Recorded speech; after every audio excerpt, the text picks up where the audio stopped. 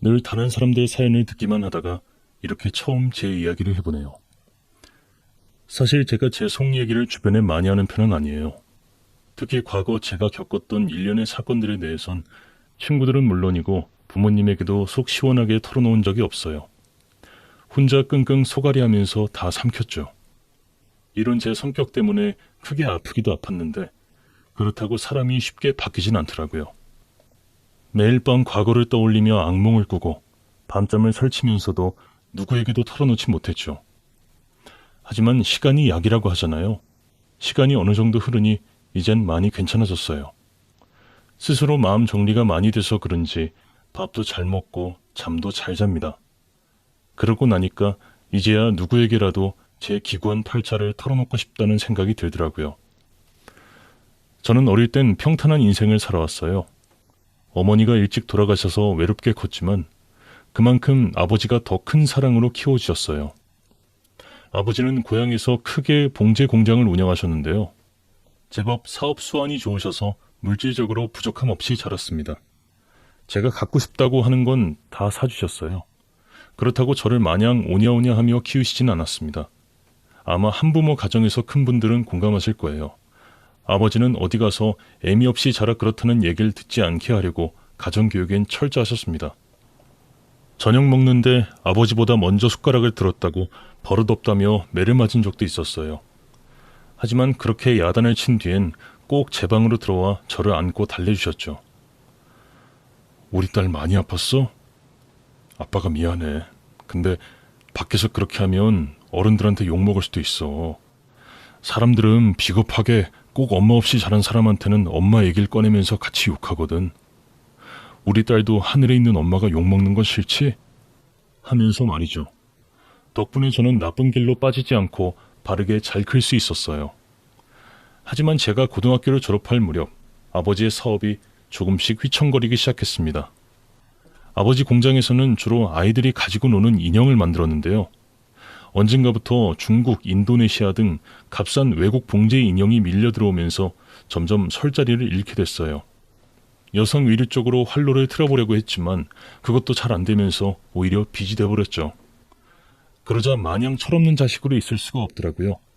아버지는 제가 대학에 진학하길 바랬지만 저는 바로 취업을 하기로 결심했습니다.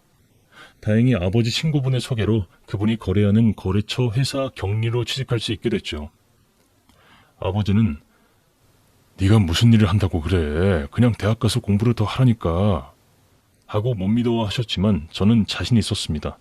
공부머리는 없어도 성격이 싹싹하고 눈치 빠르다는 소리를 자주 들어왔거든요. 게다가 끈기도 있었기 때문에 열심히만 하면 잘할 수 있을 거라고 생각했어요. 그렇게 저의 첫 사회생활이 시작됐습니다. 물론 생각했던 것처럼 쉽지만은 않았어요. 컵 설거지며 화장실 청소 같은 굳은 일은 다 막내인 제 차지였고요. 선배들은 텃세 부린답시고 일도 잘 가르쳐주지 않으려고 했어요. 퇴사하고 싶은 마음이 굴뚝 같았지만 따박따박 나오는 월급을 생각하며 꼭 참았습니다.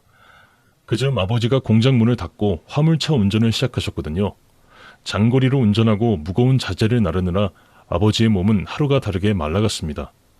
몸 이곳저곳을 다쳐 병원을 가는 일도 잦아졌어요. 아버지는 한사코 제 돈을 받지 않으려고 했지만 저는 월급이 나올 때마다 약간의 생활비를 빼고 전부 다 아버지에게 줬습니다.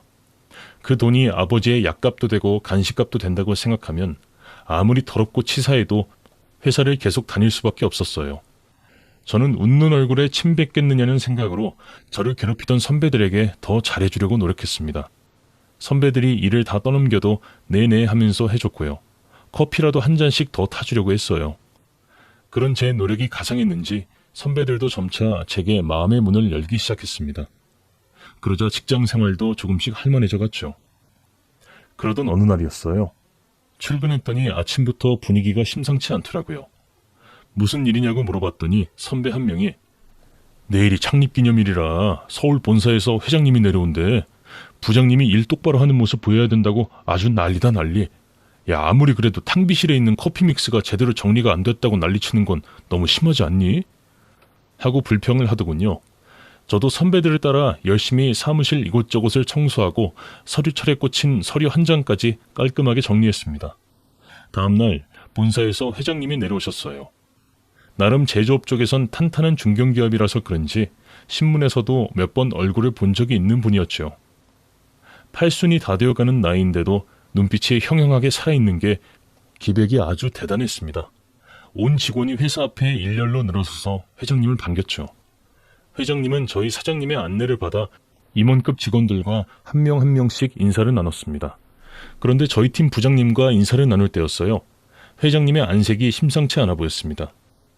회장님은 미안하네. 내가 오는 길에 멀미를 좀 심하게 해서 여기 화장실이 하고 말하던 중 그만 구역질을 하고 말았습니다.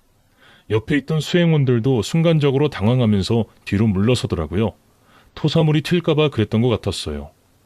근데 저는 순간적으로 저희 아버지가 떠오르더라고요. 아버지도 원래 멀미가 심하신데 화물차 운전을 하게 되면서 엄청 고생하셨거든요. 저는 얼른 회장님에게 다가가 등을 두들겨드리고 늘 갖고 다니던 손수건을 건넸습니다. 그리고 사무실로 들어가서 미지근한 물과 함께 제가 늘 가방에 넣고 다니던 멀미약도 갖다 드렸죠. 저희 아버지도 멀미가 심했는데 이 약을 먹은 뒤로 많이 괜찮아지셨어요. 회장님은 제가 건넨 멀미약을 받아들고는 한참 저를 바라보더라고요. 그리고 이내 고맙네. 자네 이름이? 하고 물었습니다. 경영지원부의 이수영입니다. 그래, 수영씨. 내가 기억하지. 저는 월급이라도 올려주는 걸까 내심 기대했습니다. 하지만 나중에 부장님이 수영씨 아주 잘했어 하고 칭찬한 것 말고는 별다른 일이 없었어요. 보너스라도 줬다면 그걸로 아버지 보약이라도 한 채 지어주는 건데 아쉬웠습니다. 그런데 회장님은 정말로 보너스를 주셨어요. 다만 돈이 아닌 다른 것으로 주셨죠. 그건 바로 서울 본사로의 이동 발령이었습니다. 서울로 자리를 옮기면 직급이 올라가는 건 물론 월급도 1.5배 가까이 많아졌죠. 돈과 제 미래를 생각하면 당장 옮기고 싶었어요. 서울살이는 그 당시 지방 젊은이들이 누구나 한 번쯤 품어왔던 꿈이었으니까요. 하지만 혼자 남겨질 아버지를 생각하면 아무래도 마음에 걸렸습니다. 저는 아버지에게 얘기를 꺼내보긴 해야겠다는 생각에 일단 집으로 향했어요. 그 전에 아버지가 좋아하는 통닭을 사려고 단골 호프집에 들렀죠. 그런데 저는 거기서 충격적인 장면을 목격하고 말았습니다. 아버지가 웬 여자와 함께 통닭에 술을 먹고 있는 게 아니겠어요? 그 여자는 저도 아는 사람이었어요. 동네에서 보육원을 운영하고 있는 원장님이었죠. 알고 보니 그분도 사고로 일찍 남편을 여의고 혼자 살고 있다고 하더라고요. 아버지는 저를 보더니 깜짝 놀라 자리에서 벌떡 일어났습니다. 저기 이건 그러니까... 하지만 그 어떤 변명도 하질 못하더라고요. 사실 변명하는 것도 우스웠죠. 아버지가 바람을 핀 것도 아니고 어머니가 돌아가신 지도 벌써 10년도 더 된 일이었으니까요. 하지만 이상하게 아버지에게 배신감이 들었습니다. 저는 뒤에서 저를 부르는 아버지도 모른 척 그대로 집으로 가버렸어요. 알고 보니 아버지는 그 보육원 원장님과 만나기 시작한 지 반년도 더 됐더군요. 제게 언제 말하면 좋을까 기회만 보고 있었다고 하더라고요. 아버지는 그 보육원 원장님과 함께 셋이서 밥이라도 먹었으면 좋겠다고 넌지시 말을 꺼냈습니다. 재혼을 염두에 두고 계셨던 거였죠. 저는 어린 마음에 싫다고 거절했어요. 그렇게 하지 않으면 저마저 엄마를 배신하는 것 같았거든요. 하늘에 계신 엄마가 울고 있을 것만 같았습니다. 저는 아버지에게 충동적으로 나 서울 본사로 발령났어요. 가면 월급도 오르고 승진할 기회도 생기고 안 갈 이유가 없는 것 같아요. 하고 말했습니다. 아버지는 뭐? 그게 갑자기 무슨 소리야? 다 큰 여자애 혼자 위험하게 무슨 서울이야? 하며 완강히 반대했죠. 하지만 저는 그런 아버지를 뒤로하고 서울로 올라왔습니다. 아버지의 새로운 시작을 응원할 준비가 안 돼서 도망친 거나 다름없었죠. 그래도 서울 생활은 걱정했던 것보다 나쁘지 않았어요. 고향에서 볼 수 없던 화려한 가게들과 세련된 사람들 때문에 위축되기도 했지만 저도 곧 빠르게 그 안으로 녹아들었습니다. 직장 생활도 저를 예쁘게 보신 회장님의 적극적인 비호 덕분인지 순탄했어요. 특히 제 직속 상사였던 과장님이 하나부터 10까지 꼼꼼하게 일을 알려줘서 많은 걸 배울 수 있었죠. 하지만 너무 자만했던 걸까요? 어느 날 결제 서류에 숫자를 잘못 입력하는 실수를 저지르고 말았습니다. 과장님이 발견하지 않았으면 회사에 막대한 손실이 발생할 수 있었던 큰 실수였죠. 수영씨, 정신을 어디다 두고 다니는 거야? 회사 일이 우스워? 평소 다정했던 과장님은 사람들이 다 있는 자리에서 저를 아주 엄하게 야단쳤습니다. 제가 잘못한 일이니 할 말이 없었죠. 저는 연신 죄송하다고 사과했어요. 그리고 점심시간에 화장실로 들어가 혼자 엉엉 울었죠. 서울에 올라와 처음으로 집에 돌아가고 싶다고 생각한 날이었어요. 그렇게 자리로 돌아와 어떻게 일을 마무리하고 퇴근 준비를 시작했습니다. 그런데 그때였어요. 과장님이 같이 저녁이나 먹자며 저를 붙잡더라고요. 더 야단칠 게 남은 걸까 두려웠지만 차마 거절할 수도 없어 함께 회사를 나섰습니다. 제가 회를 좋아한다는 말을 기억했던 건지 횟집으로 갔죠. 하도 긴장해서 회가 입으로 들어가는지 코로 들어가는지도 모르겠더라고요. 그런 저를 보던 과장님은 문득 아까는 그렇게 얘기해서 미안해. 수영씨가 좋게 얘기해도 알아듣는 사람이라는 거 나도 알지만 그렇게 큰 실수를 했는데 좋게 넘어가면 다른 직원들 보기가 좀 그래서 일부러 그랬어. 하고 말했습니다. 그 말에 저도 모르게 눈물이 나더라고요. 오늘 실수로 완전히 과장님 눈밖에 났다고 생각했는데 그게 아니란 걸 알아서 안심이 돼서 그랬던 것 같아요. 왜 우는 거야? 왜 그래? 괜찮아? 과장님은 제가 우는 걸 보면서 어쩔 줄 몰라 하더라고요. 허둥지둥 티슈를 뽑아와 제 손에 쥐어주는데 그 모습이 어찌나 귀엽던지. 네, 저도 모르게 저보다 7살이나 많은 노총각 직장 상사를 귀엽다고 생각하고 있더라고요. 그 뒤로 자꾸만 과장님에게 이성적인 호감이 생겼습니다. 이러면 안 된다고 스스로 감정의 브레이크를 걸어봐도 쉽지 않았어요. 하지만 눈치 없는 과장님은 제 마음도 모른 채 그런 저를 그저 부하 직원으로만 대했습니다. 그런데 언젠가부터 과장님이 자꾸만 저를 피하더라고요. 뭘 물어봐도 다른 사람한테 배우라며 떠넘기고 제가 커피를 타다 줘도 나 이제 커피 안 마셔. 앞으로는 이러지 마. 하며 거들떠도 보지 않았죠. 뭔가 제가 단단히 실수했구나 싶었어요. 뭘 실수했는지 말해주지도 않고 피하기만 하는 과장님이 야속하게만 느껴졌죠. 그래서 하루는 퇴근길에 과장님을 뒤쫓아갔습니다. 그리고 대뜸 제가 뭐 잘못한 게 있냐며 따져 물었어요. 과장님은 잘못은 무슨 그런 거 아니야 하고는 그대로 또 자리를 피하려고 했죠. 왠지 모를 서러움에 눈물이 터져 나왔습니다. 저는 엉엉 울며 대체 제가 뭘 그렇게 잘못한 건가요? 제발 알려주세요, 과장님. 뭐든 다 고칠게요. 고칠 수 있어요. 하고 말했습니다. 그러자 어쩔 줄 몰라 하던 과장님은 결국 저를 피하던 이유를 설명했는데 정말 깜짝 놀랄 만한 이유였습니다. 바로 제가 여자로 느껴진다는 거였어요. 부하 직원의 7살이나 어린 여자한테 이러면 안 된다는 거 아는데 자꾸만 마음이 가는 걸 어떡해. 부장님의 그 고백은 제게 너무나 달콤하게 들렸습니다.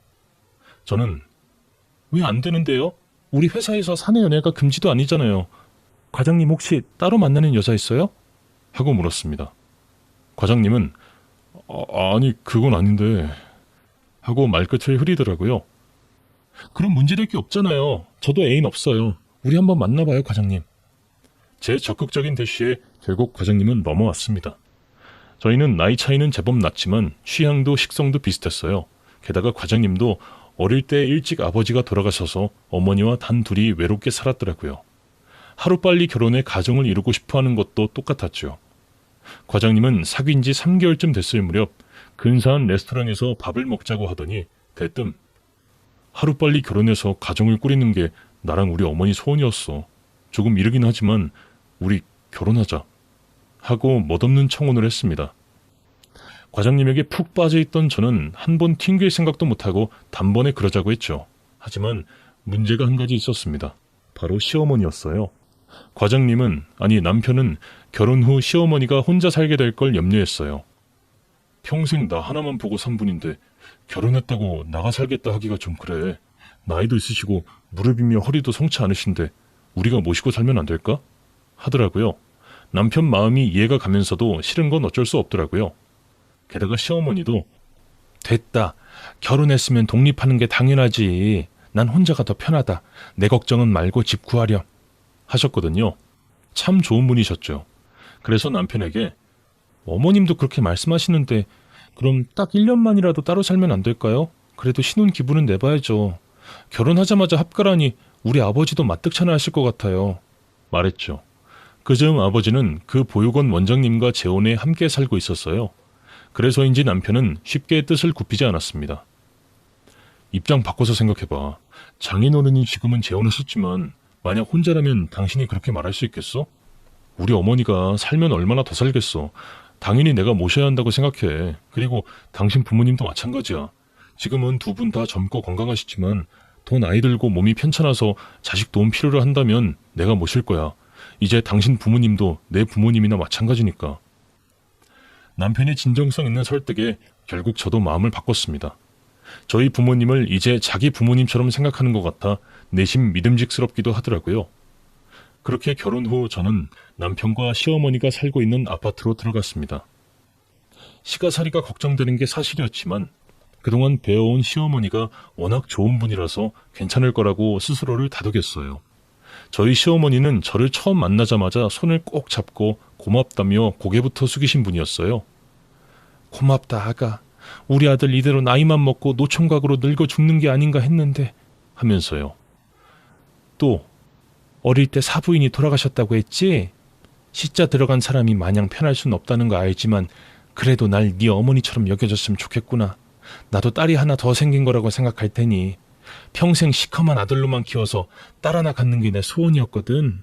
같이 데이트도 하고 쇼핑도 하고 얼마나 좋아 하며 기뻐하셨죠. 시어머니는 살고 있는 아파트 부녀회장이다 등산 모임이다 뭐다 해서 대외 활동을 많이 하는 분이었어요. 그만큼 발이 넓어 매일같이 집에 손님들이 찾아왔는데요. 그때마다 시어머니는 사람들에게 저를 소개하며 우리 며느리 너무 참하고 예쁘지? 얼마나 야무지고 싹싹한지 몰라. 나한테도 어찌나 잘하는지. 난 이제 우리 며느리 없으면 못 살아 하며 저를 자랑하기 바빴습니다. 저도 어렵게만 느껴지던 시어머니에게 차츰 마음의 문을 열게 됐어요. 시어머니랑 손을 꼭 잡고 이곳저곳 놀러 다닐 때면 돌아가신 어머니 생각이 나기도 했죠. 남편도 이젠 나보다 당신이 더 우리 어머니 자식 같아. 맨날 둘이서만 소곤소곤 나 서운해 하며 우스갯소리를 하긴 했지만 제가 시어머니와 잘 지내는 모습에 흡족해 했죠. 그렇게 반년 정도 시간이 흘렀을까요? 저는 본격적인 임신 준비를 위해 직장을 그만두고 집에서 살림을 시작했습니다. 그동안 쌓아온 커리어가 아깝긴 했지만 사내 부부라는 게 눈치가 보이기도 했고요. 남편도 저도 아이를 빨리 갖고 싶었기 때문에 과감하게 결단을 내렸죠. 그렇게 일을 그만두고 가정주부로서의 삶을 시작한 첫째 날이었어요. 남편을 출근시킨 뒤 설거지를 하는데 대뜸 시어머니가 저를 부르더라고요. 예, 이리 와보렴 빨리. 시어머니가 부르는데 뭘 이렇게 꼼지락대는 거야? 평소와 달리 몹시 거칠고 날선 옷이었죠. 놀란 저는 허둥지둥 시어머니가 있는 베란다로 달려갔습니다. 그리고 그만 충격적인 광경에 얼어붙고 말았는데요. 베란다 주변은 마늘이 산처럼 쌓여 있었어요. 어머니 이게 다 뭐예요? 보고도 모르니? 마늘이지. 직접 마늘 농사 짓는 사람한테 어렵게 얻은 거야. 이 알 좀 봐. 얼마나 크고 단단하니? 친구들하고 나눠 갖기로 했으니까 오늘까지 다 까놓으렴. 이걸 다요? 저 혼자서요? 그럼 네가 안 하면 늙은 내가 하리? 그동안은 직장생활 한다고 해서 내가 봐줬는데 누가 애미 없이 자란 애 아니랄까봐 살림 솜씨가 너무 엉망이더구나. 내가 앞으로 옆에서 하나씩 다 봐줄 테니까 이 기회에 제대로 배워둬. 정말 저희 천사 같은 시어머니가 맞나 싶었습니다. 제가 회사 다니는 동안 손에 물 묻히지 말라며 직접 밥상까지 차려주시는 분이었으니까요. 하지만 그 모든 게 꾸며진 가짜였다는 걸 전 얼마 안 가 깨달았습니다. 시어머니는 그 뒤로 모든 집안 살림을 전적으로 제게 다 넘겼어요. 저는 새벽 5시에 일어나 매번 다른 국가 반찬으로 삼시세끼를 차리고 빨래와 청소까지 도맡아 해야 했습니다. 시어머니는 결벽증이 있는 게 아닐까 싶을 만큼 청결에 예민했어요. 저는 일주일에 한 번 집안의 모든 이불과 커튼을 빨고 베란다와 창고까지 청소해야 했습니다. 게다가 시어머니는 폭언도 서슴지 않았습니다. 걸핏하면 애미 없이 자랐으니 이 모양 이 꼴이지. 네 애미가 그렇게 가르치디? 하며 돌아가신 제 어머니를 욕보였습니다. 미치고 팔짝 뛰겠는 건 남편이나 손님들이 있을 땐 또 언제 그랬냐는 듯 상냥한 시어머니 행세를 한다는 거예요. 남편에게 시어머니와 있었던 일들을 얘기해봤자 남편은 어머니가 그랬다고? 말도 안 돼. 당신이 잘못 들은 거 아니야? 하고 대수롭지 않게 여기기 일쑤였죠. 부엌에서 국이 왜 이렇게 짜? 넌 간 하나 제대로 못 맞추니? 이래서 애미 없이 자란 근본도 모르는 애는 들이면 안 되는데 하며 혀를 차다가도 남편이 나타나면 아유 국이 좀 짜면 어때? 물 더 붓고 먹으면 되지.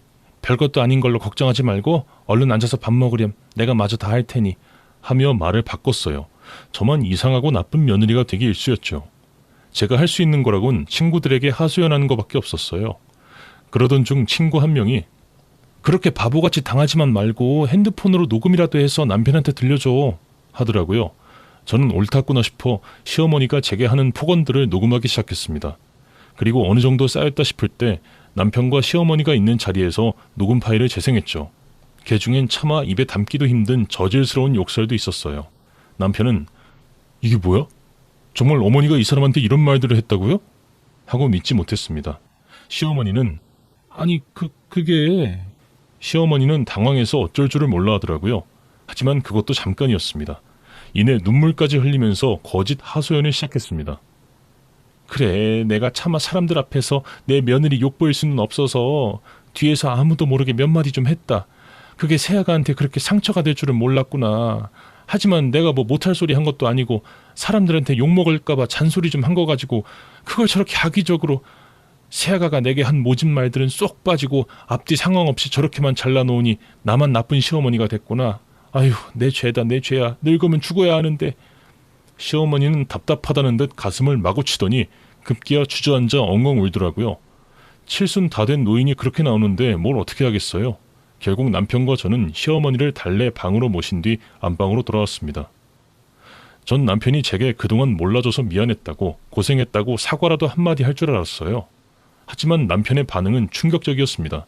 남편은 당신 꼭 이렇게까지 해야 했어? 어머니가 싫은 소리 몇 마디 했다고 그걸 이렇게 녹음까지 해서 들려줘? 사람이 왜 그렇게 악독해? 하며 제 탓을 하더군요. 정말 너무 억울했습니다.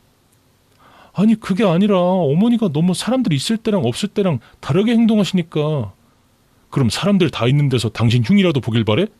당연히 앞에선 당신 체면 생각해서 싫은 소리는 삼켰다가 뒤에서 하는 거지. 그걸 이해를 못해. 남편은 저를 아직도 물정 모르는 철부지 부하 직원으로만 보는 것 같았어요. 말이 안 통한다 싶어 저도 더는 대화를 이어가지 않았습니다. 그 뒤로 시어머니의 괴롭힘은 보란듯이 더욱더 심해졌어요. 1년, 2년, 3년 그토록 바라던 아이 소식이 없자 또 그걸 빌미로 여자 구실도 못하는 하자 있는 인간이라며 폭언을 일삼으셨죠. 남편과의 사이도 점점 멀어졌습니다. 신혼의 단맛도 잠깐이지 아이가 생기지 않으니까 점점 몸도 마음도 멀어지더라고요. 그런데 언젠가부터 몸 상태가 이상했습니다. 살이 쭉쭉 빠지고 자꾸만 현기증이 나더라고요. 시어머니가 주는 스트레스로 먹는 양이 많이 줄었기 때문에 그런가 했습니다. 그래서 의식적으로 더 많이 먹으려고 노력했죠. 시어머니가 남편 쪽으로만 밀어주던 고기와 생선 반찬을 일부러라도 더 많이 먹었어요. 그래도 몸 상태가 나아지긴커녕 밤마다 열과 오한이 반복됐어요. 결국 저는 장을 보러 나왔을 때 병원에 들렀습니다. 몸살이 아닐까 싶었는데 CT며 뭐며 이것저것 찍어보자고 해서 그러자 했고 검사 결과를 기다렸죠. 그 일주일이 왜 그리도 길게 느껴지던지 다시 찾아간 병원에서 저는 충격적인 말을 듣게 됐습니다. 악성 림프종이라고 하더군요. 그게 뭔지도 몰라서 얼떨떨하게 있으니 의사 선생님이 한숨을 쉬며 혈액암의 일종입니다. 이 병의 특성상 전이가 잘 되는 병인데 다행히 환자분은 편도선 근처로 많이 퍼지진 않았어요. 초기라 항암 치료로 완치될 수 있지만 그만큼 재발도 잘 되는 병이니 앞으로 잘 살펴봐야 합니다. 하더라고요. 누가 뒤통수를 때리기라도 한 것처럼 정신이 멍해졌습니다. 암이라니요. 제가 암에 걸렸다니요. 의사 선생님이 항암 치료에 대해 이것저것 설명해 주셨지만 잘 들리지 않더라고요. 그러다 문득 왜 내게만 이런 일이 생기나 억울함이 치솟았습니다. 그래서 의사 선생님에게 도대체 제가 왜 암에 걸린 건가요? 이유가 뭔가요? 하고 물었어요. 하지만 의사 선생님은 고개를 가로저으며 정확한 원인은 알기 힘듭니다. 하더라고요. 그때 불현듯 극도의 스트레스로 암이 생길 수도 있다던 친구의 말이 생각났어요. 저는 의사 선생님에게 스트레스가 원인일까요? 제가 결혼하고 요 몇 년 정신적으로 너무 심하게 몰려 있었는데 하고 물었습니다. 의사 선생님은 암이 스트레스에 취약한 건 사실이니까요. 그럴 가능성도 있습니다. 하시더군요. 세상이 무너지는 것 같았습니다. 이게 다 남편과 시어머니 때문 같았어요. 그대로 병원을 나와 남편에게 전화를 걸었습니다. 사실 아버지 생각이 제일 먼저 났지만 차마 전화를 걸 수가 없더라고요. 충격받아 쓰러지면 어쩌나 걱정이 되기도 했고요.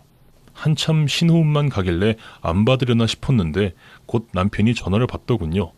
남편은 바쁜데 왜 또 전화질이냐며 대뜸 짜증부터 냈습니다. 그래도 그런 놈도 남편이라고 털어놓지 않으면 무서워서 견딜 수가 없었습니다. 아마 괜찮냐고 걱정 말라고 치료받으면 된다고 걱정해주고 안심시켜주길 바랬던 것 같아요. 여보, 나 암이래요. 저는 흐느끼며 남편에게 말했습니다. 혈액암인가 뭔가 그거래요. 수술도 안 되는 암이라서 항암 치료 받아야 한다는데 나 너무 무서워요. 핸드폰 너머에선 한참 동안 아무 말도 들리지 않았어요. 이내 남편이 진짜 암 맞아? 확실해? 어디 돌팔이한테 가서 검사 받은 거 아니야? 그만 좀 울고 똑바로 얘기 좀 해봐 하더군요. 저는 남편에게 병원에서 있었던 자초지종을 설명했습니다. 알겠어. 나 이제 일해야 돼. 일단 집에 가서 얘기해. 남편은 괜찮냐는 말 한마디 없이 그렇게 전화를 끊어버렸습니다. 왠지 모를 허탈감이 밀려오더라고요. 저는 그렇게 힘없이 집으로 돌아갔습니다. 당장 입원해야 하니 이것저것 챙길 게 많았는데 몸을 움직일 엄두가 나지 않더라고요. 그냥 제 방 침대에 누워 멍하니 천장만 바라보고 있었습니다. 하지만 그게 시어머니 눈에는 못마땅해 보였겠죠. 노크도 없이 문을 열고 들어와선 결혼한 여자가 어딜 쏘다니다 이제 온 거야? 빨리 화장실 청소 마저 하고 저녁 차려. 곧 재영이 오겠다. 하며 화를 냈습니다. 그 순간 속에서 천불이 확 올라오더라고요. 도대체 날 왜 그렇게 못 잡아먹어 안달이냐며 머리끄댕이라도 잡고 흔들고 싶은 걸 꼭 참았습니다. 어쨌든 저는 며느리고 상대는 시어머니였으니까요. 저는 침착하게 시어머니에게 병원에서 들은 소식을 전했습니다. 저를 걱정해 줄 거라는 기대는 하지도 않았어요. 그저 저를 잠시 동안만이라도 내버려 두길 바랬습니다. 하지만 그런 것조차 제게 너무 큰 욕심이었는가 봐요. 시어머니는 제 얘기를 가만히 듣더니 그럼 병원에 입원해서 항암 치료를 받아야 한다고? 꼭 입원해서 받아야 하는 거냐? 하더군요. 저는 병원에서 들은 대로 그렇다고 고개를 끄덕였습니다. 얼마나 입원해 있어야 하는데? 그건 저도 모르겠어요. 그래? 그럼 너 입원해 있는 동안 우리 아들 밥은? 그 말을 듣는 순간 말문이 턱 막혔습니다. 며느리가 암에 걸렸다는데 그 와중에도 자기 아들 밥을 걱정하는 시어머니가 끔찍했어요. 가슴속으로 우라 같은 게 단단히 뭉치는 느낌과 함께 뒷목이 뻣뻣해지고 머리에 열이 몰리더라고요. 그게 지금 무슨 말씀이세요? 어머니, 저 암이라고요, 암. 초기라고는 해도 죽을지도 모른다고요. 근데 지금 금쪽 같은 아들이 밥 굶을까봐 걱정하시는 거예요? 네? 저더러 지금 항암 치료도 받지 말고 이 집구석에서 밥이나 차려라 이거예요? 저는 시어머니에게 바락바락 악을 쓰며 대들었습니다. 시어머니는 제 기세에 놀랐는지 주춤주춤 뒷걸음질을 치더라고요. 그러면서 아니 내 말을 왜 그렇게 꼬아서 듣니? 넌 꼭 그러더라? 물론 너도 걱정되지. 근데 네 병원비며 치료비 그거 보험 된다고 해도 누가 내주니? 우리 아들이 내주는 거 아니야? 우리 집의 가장이자 기둥인데 당연히 밥은 잘 챙겨 먹어야지. 하는데 더욱더 화가 났습니다. 저는 벌써부터 병원비가 아까우세요? 내가 누구 때문에 암에 걸렸는데 내가 얼마나 건강했는데 얼마나 젊고 예뻤는데 이 집에 들어와서 당신 괴롭힘에 매일같이 피를 말리며 살다가 이 꼴이 난 거잖아. 책임져. 나 암 걸린 거 책임져. 하고 소리쳤어요. 그리고 엉엉 울기 시작했습니다. 너무 서럽고 억울했어요. 시어머니는 그런 저를 미친 여자 보듯 바라보다가 아니 얘가 왜 이래? 혀를 차며 그대로 나가버렸습니다. 혼자 남겨진 저는 한참을 더 오열했어요. 제가 남편과 시어머니에게 바란 건 그저 걱정과 괜찮을 거라는 위로뿐이었는데요. 가족 사이에 그게 그렇게 무리한 바람인가요? 그때 깨달았습니다. 남편도 시어머니도 진정한 제 가족이 될 수 없다는 걸요. 그 뒤 저는 병원에 입원해 본격적인 항암 치료를 시작했습니다. 암세포 따위에 결코 지지 않겠다고 굳세게 다짐하고 시작한 치료였지만 너무 힘들었어요. 차마 글로 다 표현할 수 없을 만큼 고통스러운 나날들이었습니다. 온몸이 퉁퉁 부어서 걷지도 못하고 물건도 잘 못 집어서 간병인의 도움이 꼭 필요했고요. 물만 마셔도 구역질이 나서 식사를 잘 할 수도 없었죠. 또 항암 치료의 고통과 별개로 저를 괴롭혔던 건 부작용으로 인한 외적인 변화였습니다. 얼굴은 살찐 사람처럼 부어버려 이목구비가 다 파묻혔고 몸은 또 반대로 삐쩍 골아들기만 하더군요. 게다가 머리와 눈썹도 전부 빠져버렸어요. 사람 꼴이 아닌 것만 같은 제 모습이 너무 보기 싫어서 갖고 갔던 거울을 전부 다 치워버렸습니다. 사람들을 만나는 것도 싫어서 치료 때문에 움직여야 할 때를 제외하곤 침대에 이불을 뒤집어 쓰고 누워있기만 했어요. 남편은 처음에만 한두 번 오더니 이후로는 일이 바쁘다는 핑계로 오지 않았습니다. 대신 시어머니가 일주일에 한두 번 찾아왔습니다. 저를 위해 오는 게 아니었어요. 사람들의 시선을 의식해서 그런 거였습니다. 사람들이 다 있는 병실에서 저를 끌어안고 우리 가여운 며느리가 어쩌다 이런 큰 병에 걸렸는지 내가 대신 아프고 싶구나 펑펑 울기까지 했죠. 저는 그런 시어머니의 이중적인 모습이 그저 소름 끼칠 뿐이었습니다. 병실 사람들과 간호사 선생님들은 아무것도 모른 채 시어머니가 정말 좋은 분이네. 세댁 복 받은 줄 알아. 그래, 이런 시어머니라면 나 같으면 업고 다니겠다. 하고 말을 보태곤 했죠. 그럼 저는 그저 어색하게 웃어 넘길 수밖에 없었습니다. 차라리 시어머니가 오지 않길 바랬어요. 시어머니는 오면 늘 제 얼굴이며 머리를 뚫어져라 쳐다봤습니다. 마치 동물원 원숭이를 보듯이요. 제가 그 시선이 너무 불편해서 모자라도 쓰려고 하면 답답하게 왜 그런 걸 써? 엄마 앞에서 뭐가 창피하다고. 됐다. 그냥 편하게 있어. 하고 말렸죠. 하지만 제 볼품 없어진 외모를 비웃는 게 분명했습니다. 남편에게 시어머니 좀 오지 못하게 해달라고 내 외모를 비웃는 것 같다고 얘기도 해봤지만 소용없었어요. 오히려 남편은 당신 피해망상이 너무 심한 거 아니야? 어머니도 당신 그렇게 되고 나서 반성 많이 했어. 당신 걱정된다고 그 먼 길을 매번 찾아가시는데 반기진 못할 망정 그렇게 꼬아서 생각해야 돼? 하고 저를 나무랐습니다. 정작 본인은 코빼기도 비추지 않으면서 말이죠. 너무 외롭고 두려웠지만 인터넷으로 저와 같은 병을 앓고 있는 사람들의 완치 후기와 투병기 같은 걸 읽으며 버텼습니다. 그중 몇 명에게는 쪽지를 보내 따로 카톡방을 만들고 연락하며 지내기도 했어요. 병원 생활에 어느 정도 적응이 된 뒤로는 오며 가며 얼굴이 익은 환자들과도 인사하며 친하게 지냈죠. 서로 위해주고 달래주고 오히려 그 병원 환자들이 더 가족같이 느껴졌습니다. 그렇게 1년에 걸친 항암 치료가 끝나고 병원에서 퇴원해도 좋다는 허락이 떨어졌습니다. 남편은 퇴원 수속을 밟을 때가 돼서야 병원의 모습을 드러냈습니다. 한없이 밉고 원망스러웠던 사람인데 그래도 남편이라고 반갑더라고요. 그동안 고생했어. 자주 오려고 했는데 당신 아픈 모습을 보는 게 너무 힘들어서 미안해. 하는데 눈물이 팽 돌았습니다. 그 별거 아닌 한마디에 모든 미움과 원망이 씻은 듯 녹아내렸어요. 남편은 집으로 돌아가는 차 안에서 어머니도 내색은 안 하셔도 당신 걱정 많이 했어. 예전처럼 모진 말로 당신 아프게 하고 그러시진 않을 거야. 하고 말했습니다. 그럴 리 없다고 생각하면서도 내심 기대가 되더라고요. 하지만 시어머니는 역시 시어머니였습니다. 오히려 제가 투병하는 동안 혼자 집안일을 다 했던 것 때문에 바짝 독이 올라 있었죠. 시어머니는 저를 보자마자 침대며 장롱에서 죄다 꺼내온 이불부터 가득 안겨줬어요. 일단 이 이불부터 빨고 저녁장은 내가 미리 받았으니까 만들기만 하면 된다. 오랜만에 호박찌개에 조기 구워 먹자꾸나. 아무렇지 않게 집안일을 떠미는 시어머니를 보니 너무 기가 막혀 말이 안 나오더라고요. 남편이 이제 막 태어난 사람한테 너무하잖아요, 어머니. 이불 빨래는 나중에 하고 오늘은 그냥 시켜 먹어요. 말했지만 막무가내였습니다. 이불을 하도 안 빨았더니 악취가 난다, 악취가. 그리고 배달음식 비싸기만 하고 몸에도 나쁜데 무슨 배달음식이야? 사람이 집밥을 먹어야지. 그걸 지금 할 사람이 없잖아요. 할 사람이 왜 없어? 며느리가 해야지. 그럼 이 팔순 다 되어가는 늙은 애미가 하랴? 그동안 집안 살림 하느라 몸이 나만하질 않았다. 아직도 팔다리가 쑤시고 허리가 아파. 잠시 제 편을 들어주는 것 같던 남편은 결국 씻는다는 핑계로 안방으로 들어가 버렸습니다. 시어머니는 혼자 남겨진 제게 더는 한자랍시고 상전 취급받을 생각 말아라. 그동안 너 아프다고 해서 내가 많이 봐줬어. 이제 며느리로서 네 할 도리는 다 해야지 하더군요. 도끼 눈을 뜨고 노려보면서요. 결국 저는 몸을 추스를 새도 없이 바로 이불 빨래를 하고 저녁상을 준비하기 시작했습니다. 남편은 아무 말 없이 나와서 쓱 상을 한번 보고는 그냥 평소처럼 밥을 먹더군요. 결국 변한 건 아무것도 없었습니다. 식사를 마친 시어머니는 저녁상 다 치우고 나면 내일 아침에 먹을 밥 새로 앉혀놔라. 재영이가 김밥 먹고 싶다던데 재료 손질도 미리 좀 해놓고. 명령하고는 그대로 방으로 들어가 버렸어요. 제가 암 환자라는 건 신경도 쓰지 않는 듯 했습니다. 그 뒤로 또다시 지옥 같은 나날이 펼쳐졌습니다.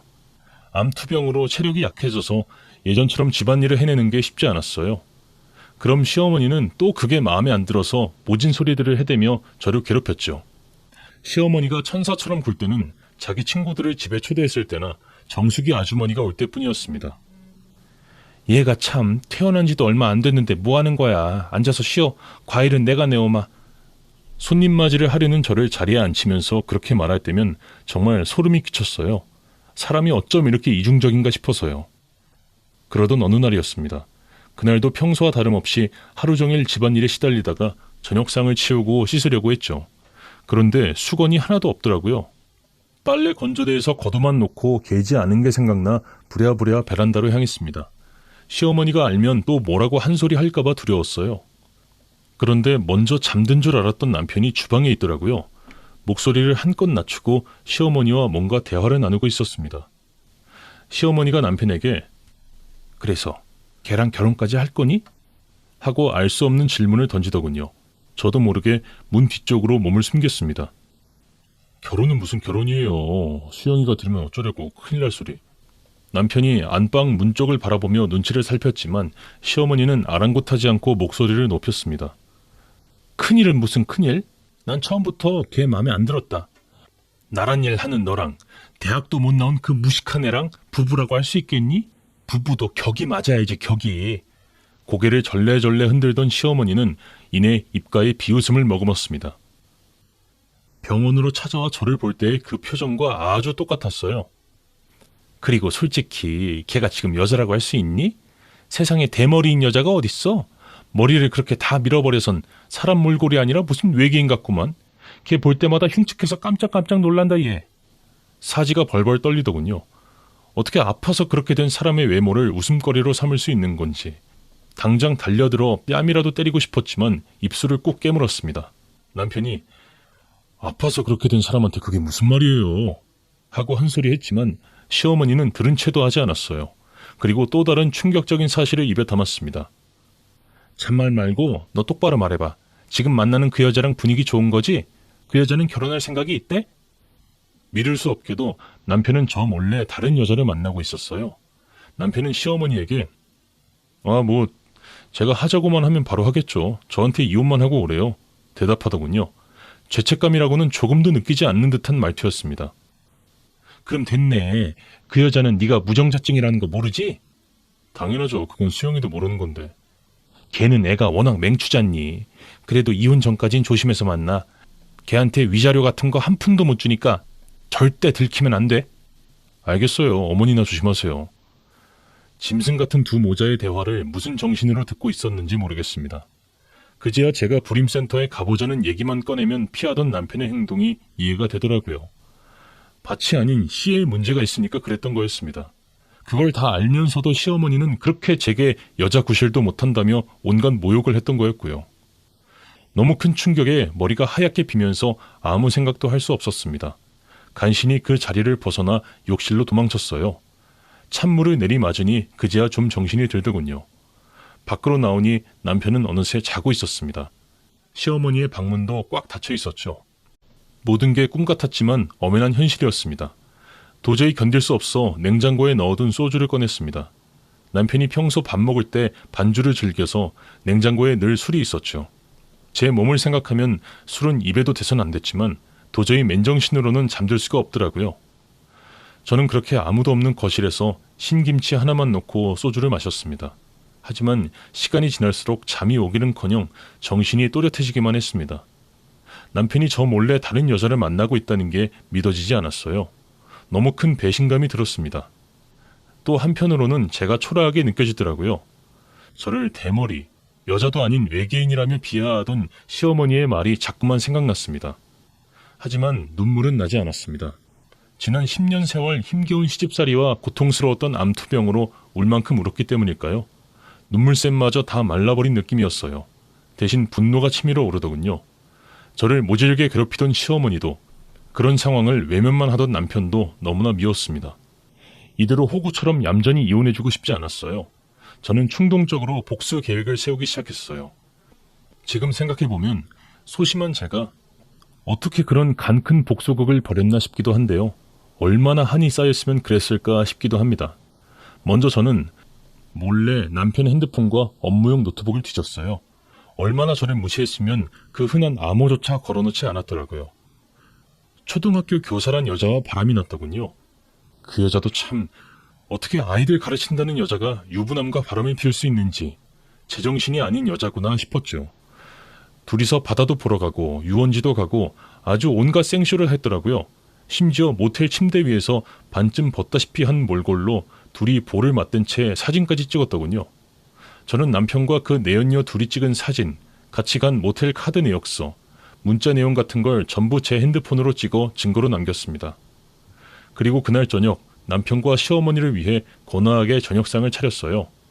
둘 다 백숙을 좋아해서 닭을 사다 각종 한약재와 푹푹 넣고 삶았죠. 남편은 당신이 웬일이야? 시키지도 않은 백숙을 다 하고 의아해했습니다. 하지만 시어머니는 아프고 나더니 드디어 제정신을 차렸나 보지. 신경 쓰지 말고 어서 먹거라 하며 대수롭지 않아 했습니다. 그저 남편의 접시에 닭다리며 날개며 살을 발라주기 바빴죠. 제가 먹는지 안 먹는지는 둘 다 신경도 쓰지 않았습니다. 저는 먹는 둥 마는 둥 깨작거리고만 있는데 둘이 어찌나 먹성 좋게 먹어대는지 흡사 짐승같이 느껴졌어요. 그렇게 저녁 식사를 마친 뒤 남편은 바로 씻으러 가고 시어머니도 피곤하다며 방으로 들어갔습니다. 어마어마한 설거지와 뒤처리는 당연하다는 듯이 제 차지였죠. 하지만 그날만큼은 기쁜 마음으로 할 수 있었어요. 잠시 후 맛보게 될 달콤한 복수의 맛을 상상하면서 말이죠. 뒷정리를 마치고 저는 바로 가위를 들고 안방으로 향했습니다. 남편은 세상 모르고 코를 골며 자고 있더라고요. 평소 불면증이 있는 남편이었지만 당연한 일이었습니다. 왜냐하면 제가 백숙에 수면제를 잔뜩 탔으니까요. 저는 바로 남편이 잠든 침대의 머리맡으로 다가갔어요. 남편은 날수록 점차 빠지는 머리가 콤플렉스였죠. 탈모 샴푸만 쓰고 머리에 좋다는 영양제까지 챙겨 먹었지만 가운데 머리가 점점 휑해지는 걸 막을 수는 없더라고요. 그래서 평소 머리는 건드리지도 못하게 하고 머리카락 한 올만 빠져도 난리를 치던 사람이었습니다. 저는 망설임 없이 가위로 그런 남편의 머리를 자르기 시작했어요. 원래 잠기가 되게 밝은 사람인데 수면제를 먹어서인지 좀처럼 깰 기미가 보이지 않더라고요. 그러니까 좀 더 용기가 생겼습니다. 저는 화장실에서 남편이 쓰던 면도기를 가져왔어요. 그리고 들쭉날쭉 잘려있던 남편의 머리를 쓱쓱 다 밀어버리기 시작했죠. 지금 생각해도 제가 무슨 정신으로 그런 간 큰 짓을 벌였는지 모르겠습니다. 하지만 그때는 두려울 게 아무것도 없었어요. 제 복수는 거기서 끝이 아니었습니다. 저는 곧장 시어머니 방으로 향했어요. 저를 결혼생활 내내 괴롭히고 대머리 암환자라고 모욕까지 한 시어머니에게도 복수하고 싶었죠. 시어머니 역시 아무것도 모른 채 깊게 잠들어 있었습니다. 그렇게 머리를 반쯤 밀었을까요? 시어머니가 갑자기 번쩍 눈을 떴습니다. 백숙을 남편보다 적게 먹어서인지 수면제 효과가 덜했던 것 같아요.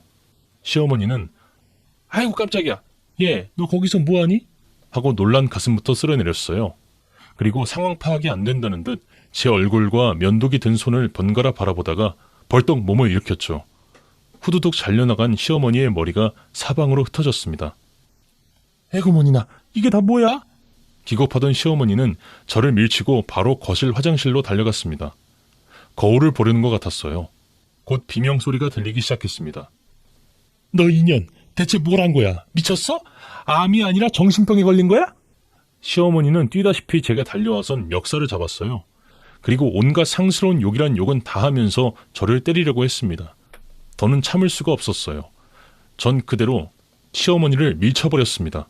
그리고 아파서 머리 빠진 사람한테 온갖 모욕을 다 주더니 본인도 똑같은 꼴이 되니까 화가 나세요? 대머리 꼴로 밖을 창피해서 어떻게 돌아다니냐고 하셨죠? 왜 못해요? 뭐가 창피해요? 전 하나도 부끄럽지 않아요. 근데 어머니는 창피해서 못 돌아다니겠네요. 아파서 머리 빠진 게 아니라 그 추악한 마음씨 때문에 며느리한테 머리가 밀린 거니까 하고 소리 질렀어요. 벙쪄 있는 시어머니의 얼굴을 보니 속이 다 시원하더군요.